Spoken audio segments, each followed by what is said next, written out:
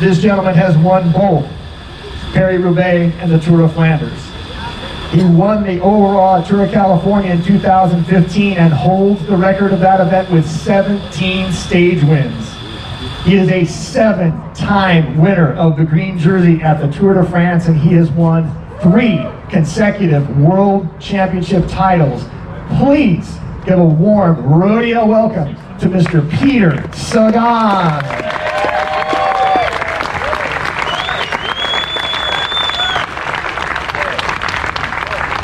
Glad you're here. Thank you. Have a seat. How about this?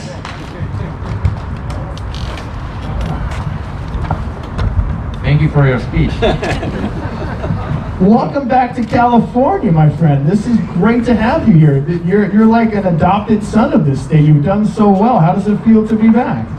I'm very happy, and I very appreciate that how America and especially California just takes me, and I can be here now, and I appreciate that we meet all together with somebody already for a few times, with somebody for first time, but it's very nice to see the event like this, and I'm very happy that I can help to CAF and outright with my presence, and I can be here and see how we can help, you know, for the athletes who needs some help, or for the people who had, you know, some bad luck in the life or something. And I want to thank also the athletes who I saw today, and I could met them. And I think for everybody they are big idols, and making a lot of good energy for our lives, and we can. You know, like how you say, never give up, then that's absolutely. I want to go back to when you were a kid. Do you remember how old you were when you realized you really loved riding your bike and you were really good at it? Well, I just follow my brother. Yeah, he started, and after 1 year I started, and he was winning in older category, and I was winning in younger category. And when I was 12, 13, I wanted to stop with mountain bike and road bike, and I wanted to do downhill. But after my father just told me no, or you are going to continue with mountain bike or downhill, I don't going to sponsor you because you are going to die.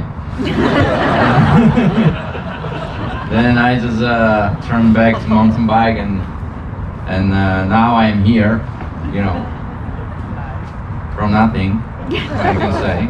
And I have to say thanks to all my family, because they always support me. Yeah, absolutely. Family's critical to that.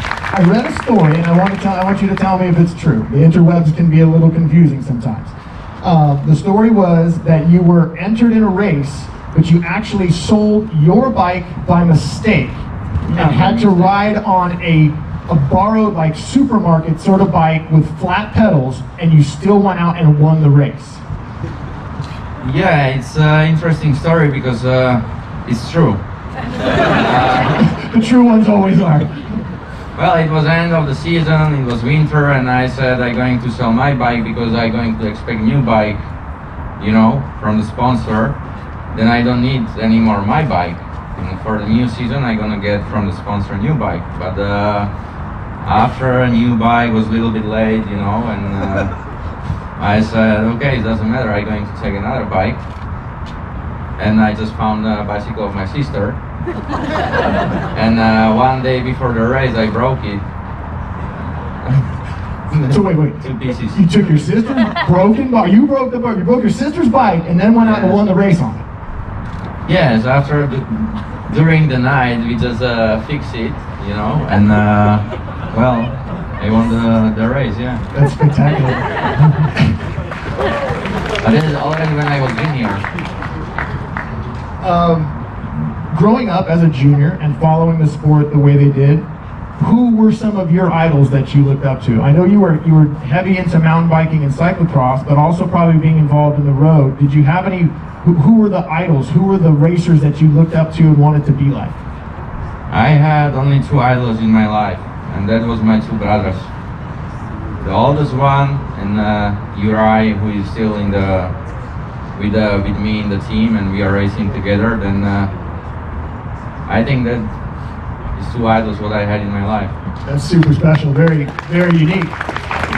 Tell us, what's that like racing at the professional level with your brother? It's nice because, well, how to say, it's from the start when I become professional, it was always like, if I can have somebody from the family, because I just moved to Italy and I was in Italy for 5 years and always, you know, traveling and stuff. And like, if I can have somebody from my family with me. My brother was racing for a French team, and after I said, like I asked my team, Liquigas at that time, if they can take my brother in the team. And well, we just figured out how to make it, and he moved to Italy with me, and from that time I think it was very important in that time, like support for me and stuff like that. And now we can enjoy, I think, like nice life. It's a hard job to be like professional, but also is getting you a lot of satisfaction, you know, and traveling around the world to see a lot of new places, new people, and I think we have to be thankful for what we have. Yeah. Indeed, gratitude and thanks for sure. I want to talk a second about Team Peter. Team Peter is important to your life, and it's not just your teammates. What is Team Peter, and what does it mean to you? What is Team Peter? Yeah. In your book, you talk about Team Peter, your support crew, your network. Tell us about that and the impact that it has on your life and your career. No, I think I have to be thankful also for the people who stay around me. And first of all, when I met Giovanni Lombardi, you know, then I just go through a lot of different situations. Then I said I need some Soniers to protect me and to have, you know, the full trust of him. That I took Sonier, then mechanics. It was always like terrible to come like race by race for the races, and I was controlling the bicycle and measurements and stuff, like if it's everything, you know, 100%. And I start to be tired and more tired, that always the same problems, always the same things. Then important was mechanics, and now I think when I established my team, Peter, that how I started Giovanni, Gabriele, then 2 physios, 2 mechanics, and you know, starts to be like some company who's going around the world, and everybody knows what to do, and it's just I can be focused more for the races and more for different things, and not for always the same thing, you know. And I'm very happy for that. And after that, I thanks a lot to Specialized, Mike Senior, and also Ludo, because I think in this place they become more like with me, like family. And thank you very much for support me, and also what you are doing for me, and also what you did for this event and stuff around. Right on.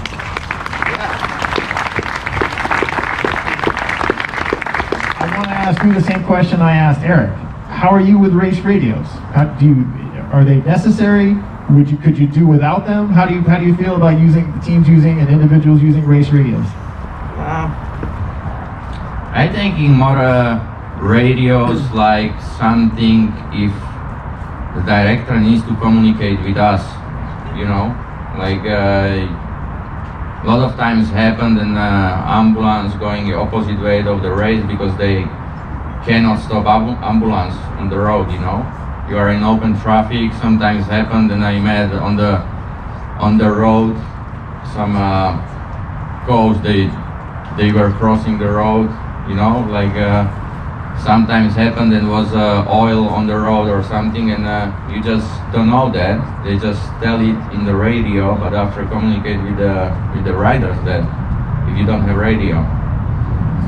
Then about the tactics or something, that could be always that somebody can come to the car and speak. We are doing that thing the same, because a lot of times happening that somebody just listening, you know, also different frequency from different teams.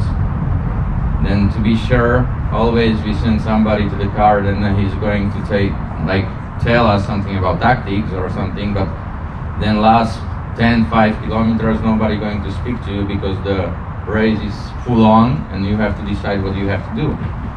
Then I'm taking radios more for, you know, I'll say to be sure for how to say? No, I don't have the word. You're doing great, brother. This is awesome. No, for safety. Yeah, right. Thank you. Absolutely. Race radios provide that. I can see where that would be beneficial. You obviously work with some of the top brands and products in the world, Specialized chief among them. How important is that to you, and what role do you get to play with them in the development of their new products? Well, we are trying, you know, to say our feedback. Then if you are trying something under pressure and after, you know, the effort, or maximum effort, what you have to do, then what you're going to say is very important for somebody who is producing material or stuff, you know, to have better performance.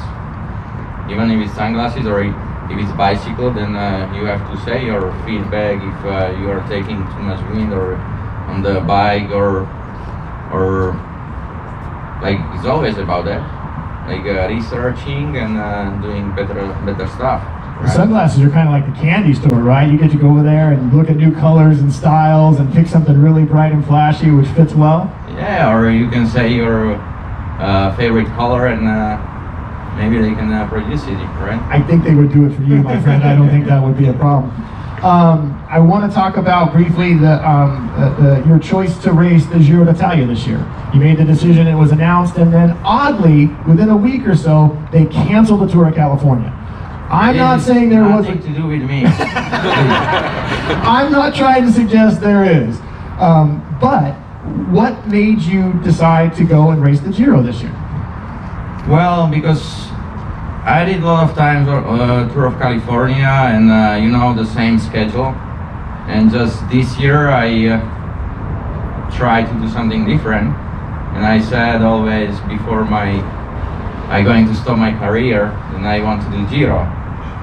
Then I think start to do also Giro. Do you think you look better in purple than you do in green? Is that why we're going to chase the purple jersey instead of the green? And, I think we look pretty good in purple, don't you guys? I think it's gonna be very hard, you know, but we will see if I'm gonna get it or not. Do you think the course suits you well? It suits me well because it's starting very close to Slovakia. Then, you know, a lot of Slovak fans can come and see me, because I never do Tour of Slovakia. But maybe next year I'm going to make Giro and also Tour of Slovakia, and it's good. And that would be a parade throughout the country, I'm guessing. People lining up 5 deep on every mile of every race just to see you. That would be fantastic. It's gonna be hard schedule. I want to talk about 3.5 years ago. You were in the mountain bike race at the Rio Olympics, sitting comfortably in the lead pack, and then an untimely mechanical. You were going to win that race, right? It's that easy to say, you know, but it's never happened. Yet? Question mark?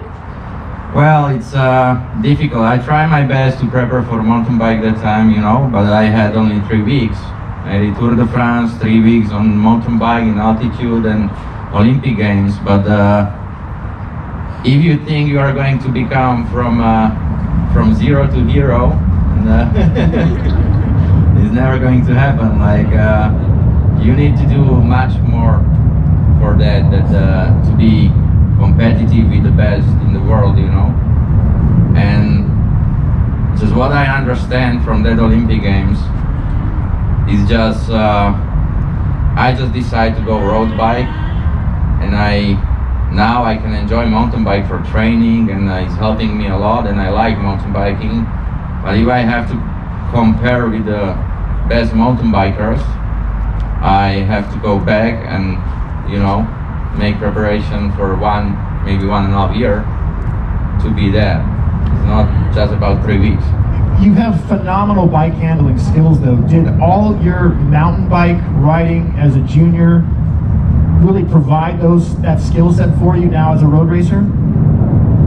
Oh well, for sure it helps. Yeah, for sure. If you want to take, you know, like skills and stuff, you have to start when you are young. When you are going to be 20, 25, you are never going to get in that level what you can get when you are 10 years old, you know. Like, yes, slowly you can get there, but it's always taking time. We're starting to see a little bit of crossover in professional cyclists. Guys are racing mountain bikes, guys are racing cyclocross.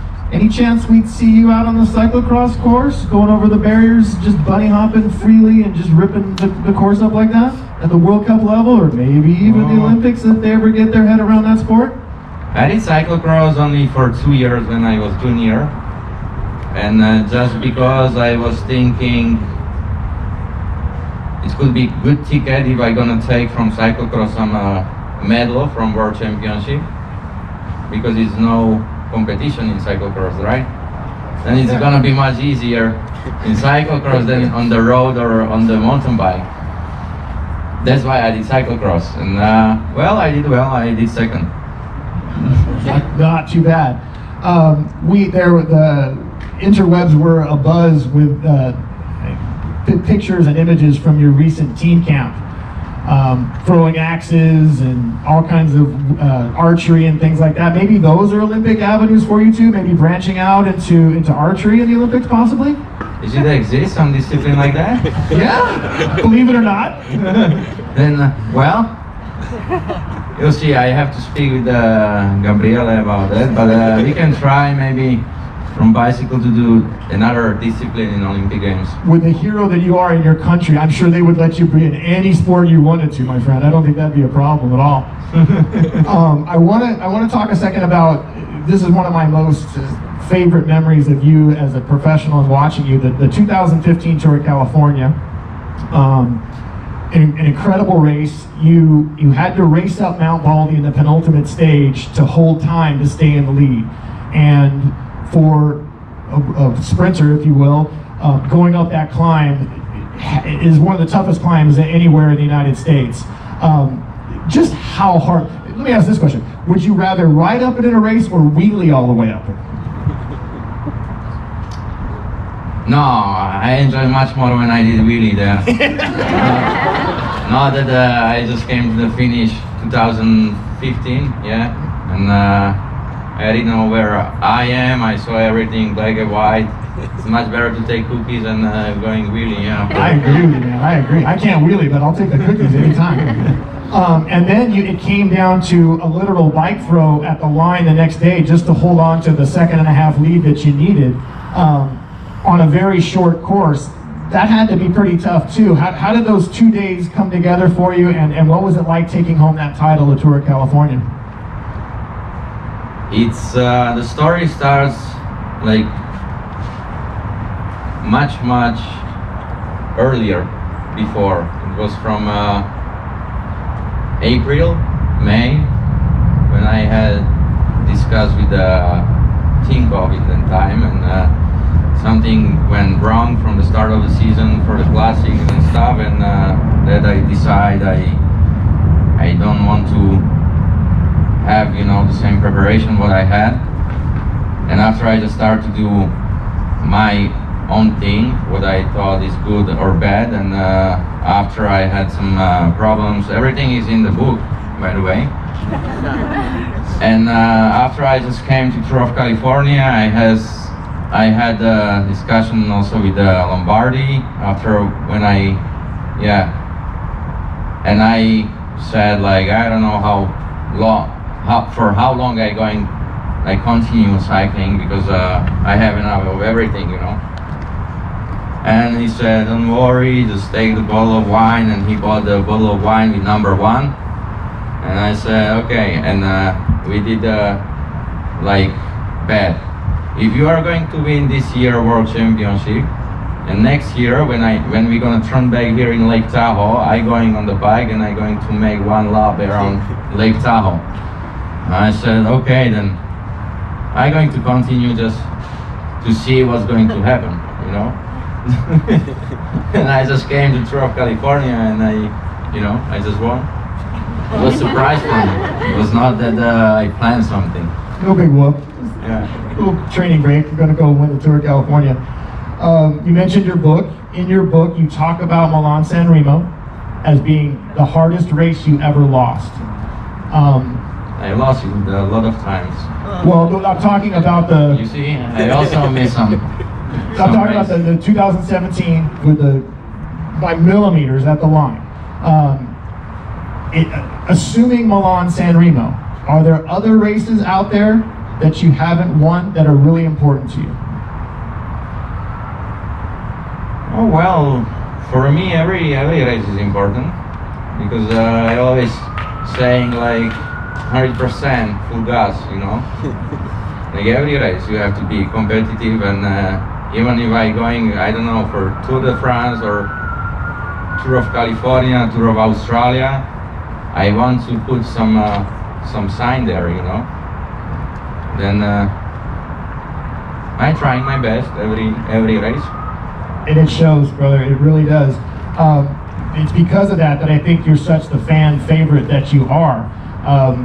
Everywhere you go, the bus is packed. People want to talk to you, want to see you. Is that comfortable for you? Do you enjoy that? Because you're generally regarded as one of the stronger, most visible personalities in the sport. Is that comfortable for you? I was never dreaming about it. But well, I just used for it. And what I can say, I'm very happy if I have support from the fans, because you can feel energy, you know. And then after that, you can use it, you can have it for hard time in your life. Fans can be a little strange, though. I can imagine there've been some unique requests. What's the most unique request you've ever gotten from a fan?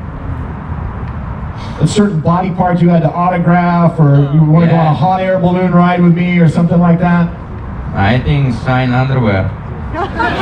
Yours or theirs? Theirs. Oh, okay. Were they wearing them at the time? No, it was in Sagan Fondo last year. Michael, we need to get a stack of underwear ready for Saturday. We're going to sign some jerseys and some underwear. I don't wear underwear. Looking forward to the season next year. Aside from the Giro, what is and the Tour, obviously, what are the other races that are on your calendar? Well, I'm starting in Argentina. What is good? It's gonna be good weather, I think. And then I continue with training camp in Colombia. Then I turn back in Europe. Strade Bianche, Tirreno Adriatico, Milan-San Remo, and then Belgium until Roubaix.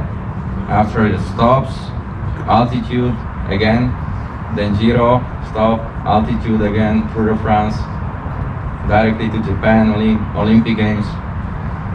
It's a lot of races. I'm exhausted just hearing about it. And then obviously very planned out, down to the minute, down to the day. Are there aspects of the pro cyclist life that you really enjoy, and are there any that are just tiresome and just boring and dull, like you just rather not do them? I don't know what to say, but I know, like from my life, I have experience of, I don't like when somebody going to say, I have bored day, like boring day. I'm bored. I'm boring. Like, you know. And I said, like, enjoy it. When you have boring day, you're bored. Enjoy it. Just relax. Relaxing. It's that easy, folks. It really is just that easy. Or as Bill likes to say, I'm just glad I get to ride my bike today, right? We get to appreciate the being out on the bike. That's what never happened in my life for, 29 years. Good for you. I was never bored. That's wonderful. Again, I'm not trying to be greedy up here. Is there anybody that would like to ask Peter a question, toss up something that you find interesting? Please, sir. My name is Sergio. I was wondering if he has thought about breaking the hour record. Sergio asked a really interesting question. He's wondering if Peter has ever given any thought to trying to break the hour record. Was that our record? The hour record indoor on the track. Most distance covered in 1 hour. Well, I was thinking about that when I was maybe younger. Now I just realize everything is about aero, and my body is not very aero.